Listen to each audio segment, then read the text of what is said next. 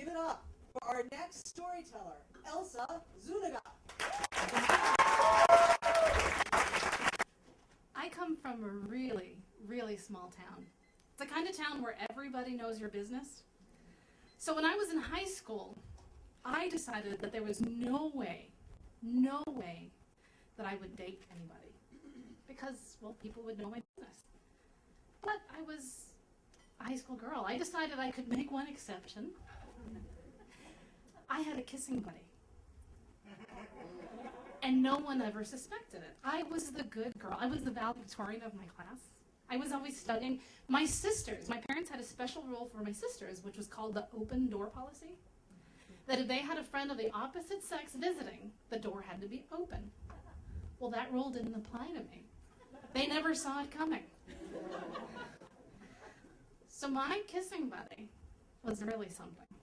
In a hometown predominantly Hispanic, and those of you who see me normally can't guess, I'm Hispanic as well. He was blonde. He had blue eyes. He looked like a surfer.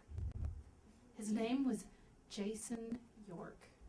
And I remember one day when I was having a closed-door session of studying, one of my sisters came by to borrow something.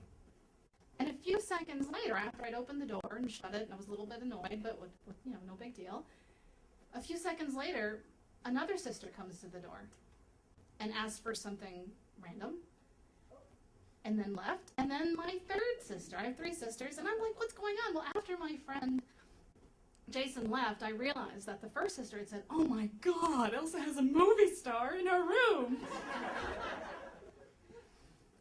Well, Jason was terrified of my father, for good reason. My father is huge. He's Mexican, and he's Catholic. So there was no way. Jason never came through that front door if we were ever going to visit. One day, when my sister had gone off to college, we decided that we would have a secret rendezvous. This is going to be the first time that he would meet me at my own house. My parents' house is really, really long. So there's 5 bedrooms, and one bedroom starts at the end, which is theirs. And then you go through another bedroom, a bathroom, a kitchen, a den, another bedroom, a bathroom, and then another bedroom. There's a lot of space between that, and that empty bedroom was on the very end, and my parents were on the opposite end, so this was going to be perfect. My parents went to sleep very early, so I thought, okay, he can sneak in through the window, but by the time he's ready to go, my parents will be asleep, so he can just go out the front door. Everything's perfect. So he parked near the pomegranate tree outside, snuck in through the window, and everything's great. We had the lights off just for effect, and at some point, I'm telling him about a dream that I had. I explained I had this dream, and you were under a car. You were fixing it. I don't know if any of you are therapists. Please don't tell me what this means. He responds with, was I naked? What? He's like, well, I am now. And he was. As I mentioned before, I was a good girl. But at the same time, here was this really cool surfer-looking guy. I'm trying to play it off. I'm trying to play it cool. But any sound, anything that I hear, I'm totally freaking out. Well, I decided at some point that I did hear something strange. So I excused myself to get a glass of orange juice, and I make my way past a bathroom, past a bedroom, into the den where I see my mom up, watching television, which was completely unusual. Very nervously, I asked, Mom, what are you doing awake? And she's like, I don't know, I just couldn't sleep. Do you have any idea why there's a car parked next to the pomegranate tree? No, I have no idea. And of course, I'm positive she can see that I'm lying, but I just try to play it off. I go to the kitchen, I get a glass of orange juice, and I go directly to that bedroom to report to Jason what I had just heard. While he is imagining that any second now, my father's going to wake up, and he starts to freak out. So we just make the plans, okay, he's not going to be able to leave through that front door after all. He'll just leave through the bedroom window, right then and there. He had to go. And as he's trying to put the screen back on, he finds he can't.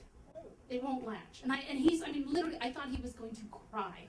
And I tried to save him his masculinity and say, no, it's okay. I'll take care of it in the morning. Well, that morning I wake up with my mom glaring at me. I look up at her and she asks me, do you have any idea why that screen is off of that window?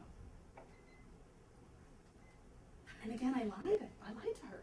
These are probably the only 2 times I remember lying to my mother. And I was like, no, I have no idea. And I put my head back down, and I can feel her eyes just burrowing through me. And I'm like, I can't stand it any longer. And I look up, and she's not even there. So I sneak past the bathroom, past the bedroom, into the den, and I overhear my mother on the phone with my father. And he says, yeah, the other day when we went out to eat, I think somebody must have tried to break in. Yes, I called the police, and they have agreed to surveil our block for the next few weeks. So now that I've told you this story, please don't tell anyone. Because I still haven't told my parents.